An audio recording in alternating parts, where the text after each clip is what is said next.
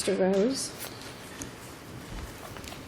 Good morning, Your Honors. Michael Rose on behalf of the appellant, and I would like to reserve approximately 5 minutes. 5 minutes, okay. Thank you. What we have here, the way I see this, is a simple matter that the plaintiff below actually knew that the defendant was a Venezuelan citizen and resident Venezuelan, but chose to come to the United States in Florida and file a lawsuit against him and try to avail himself of utilizing a substituted service in order to effectuate service on Mr. Tamayo. However, he did not do that. Are you saying the plaintiff is a non-Florida person? That the plaintiff? The defendant is the Okay, Venezuelan. I just wanted to be sure. I misunderstood what you said. The defendant, non-Florida resident, lives in Venezuela. The plaintiff has always known him to live in Venezuela, but decided that in order to be able to get jurisdiction, I'll say that he was doing business here in the state of Florida, and I will try to get substituted service. Except Now, that's what the allegations, the well-pled allegations of the complaint say.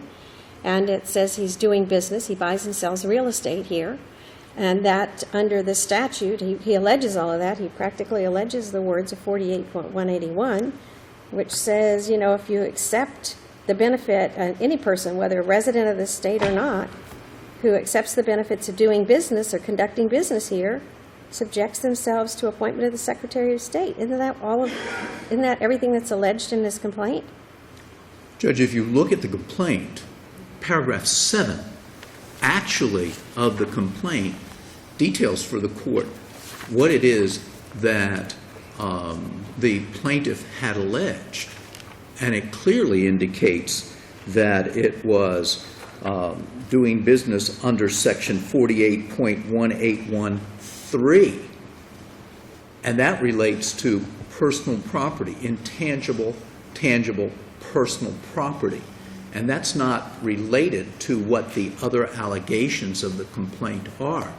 Now, they've changed that I'm looking up. at paragraph 5. It says, Tamayo does business in Florida and owns real property in Miami-Dade.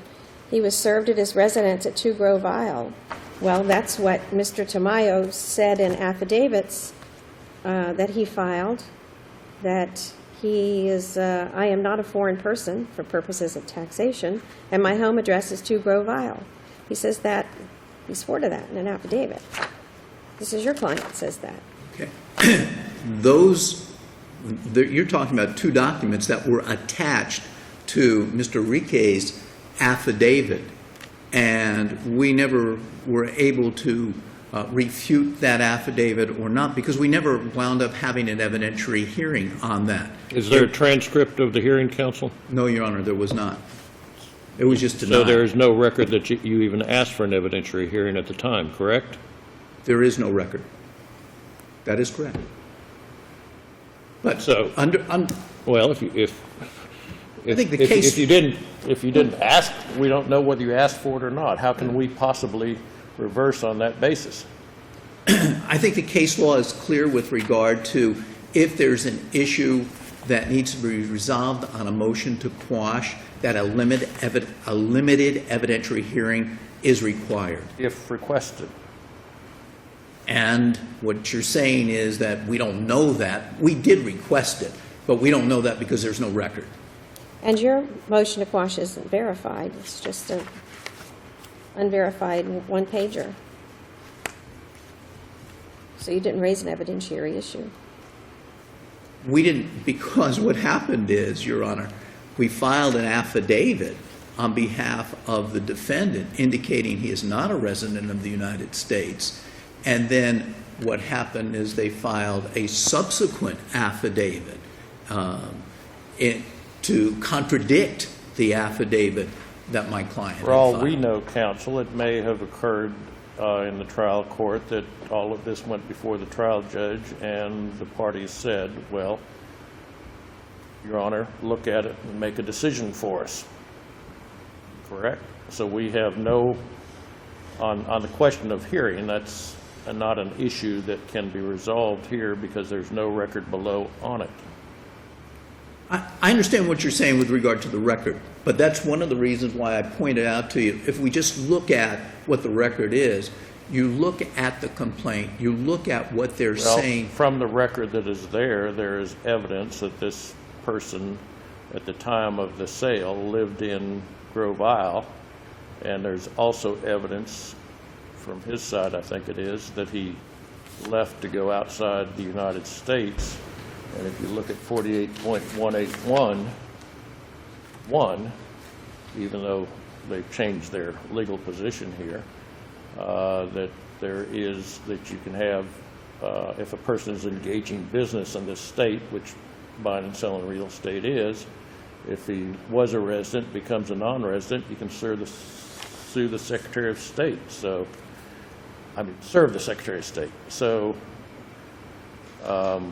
we just have no idea what happened below.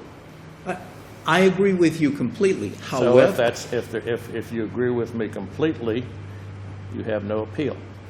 No, that part I don't agree with, because what you have to look at is what you have before you, and what you have before you is you have a complaint, and the complaint did not comply with what you need to do in order to effectuate substitute service on the defendant in this case. And the complaint says that the defendant is a foreign national, he's a Venezuelan, and that he had done business under a particular statute, and then, as you said, they changed it up for the appeal. That never went before the lower court. So you've got to look at what you have before you, and that is they are alleging that under 48.181(3), that's what they were traveling on to try to obtain substituted service on the client, or on my client. So what he needs to do is he needs to go back and change and say he got service under 48.181(1) instead of 3, and all is well. Although the beginning of the complaint is in the language of 48.181(1), you just say, well, just change the subsection number and reserve whoever lives at Grove Isle and the Secretary of State, and all is well. Is that all that needs to be done? Well, he's tried to do that here by changing it. He also tried to do it by filing an affidavit in response to the affidavit that the defendant filed. The defendant says, I don't live in the United States, have never lived in the United States. He knows that that's my father's apartment at Grove Isle, and served, or attempted to serve, because there was no service at that address of the defendant. So that's not sufficient pursuant to the statute as to how do you effectuate substituted service. So what I'm trying to explain is that there is criteria that the plaintiff had to follow that was not followed in this case with regard to just effectuating substitute service and utilizing the Secretary of State. That was not done in this case. The allegations of the complaint were not there under the section, and then what they did in order to ascertain that they were able to utilize substitute service is also not contained within the four corners of the complaint or the affidavit itself that was filed. Counsel, we've let you go way over the time. You've still I'll got sit 1 minute for rebuttal. Okay, thank you. Good afternoon. Omar Ortega and Gisela Hughes on behalf of the appellee. If the court does not have many questions for me. Oh, counsel, Yes, Your Honor. what section are you traveling under? 48.181 subsection 1. And I would point out to the court that the summons in this case actually says 48.181. It does not specifically cite to that subsection that he is making a reference to. I will concede that in the complaint it says it has a paragraph that details the portion regarding subsection 3. That doesn't make service of process inappropriate. Essentially what counsel is saying on behalf of his client, he makes an eloquent argument, however, I believe it's faulty. He's saying, well, just because you referenced a portion of the statute, you have now eliminated your possibility to properly serve the defendant in this case. And the defendant in this case now comes before this court or the lower court, presents an affidavit saying, I don't live in the United States and I have not lived in the United States, which is quite interesting considering we have submitted not just one affidavit that says this is my mailing address, but one affidavit subject for the purpose of sale of property, which is the subject of this case, that says my home address is this address. And he doesn't dispute the validity of that affidavit. And all of his jurisdictional defenses are preserved by rule, so they can be asserted. And the question is, would they accept service under the Hague Convention as an alternative? And my guess would be the answer is no. I would guess so as well. Yeah. Thank you, counsel. Thank you very much. Mr. Rose, 1 minute. 1 minute. How about that, I Mr. think they Rose? would accept service under the Hague How about, Convention. would you be willing to do it today? To accept service under the Hague Absolutely. Convention? The answer is yes. So why are we here? The lower court asked the same question, I can and they see did why not you did. want to file under the Okay. Hague Convention. I mean, It that's, could be done either way, really, and the Ah. court chose to do it one way, and that's the discretion of the court. Thank you, Mr. Rose. Thank you both.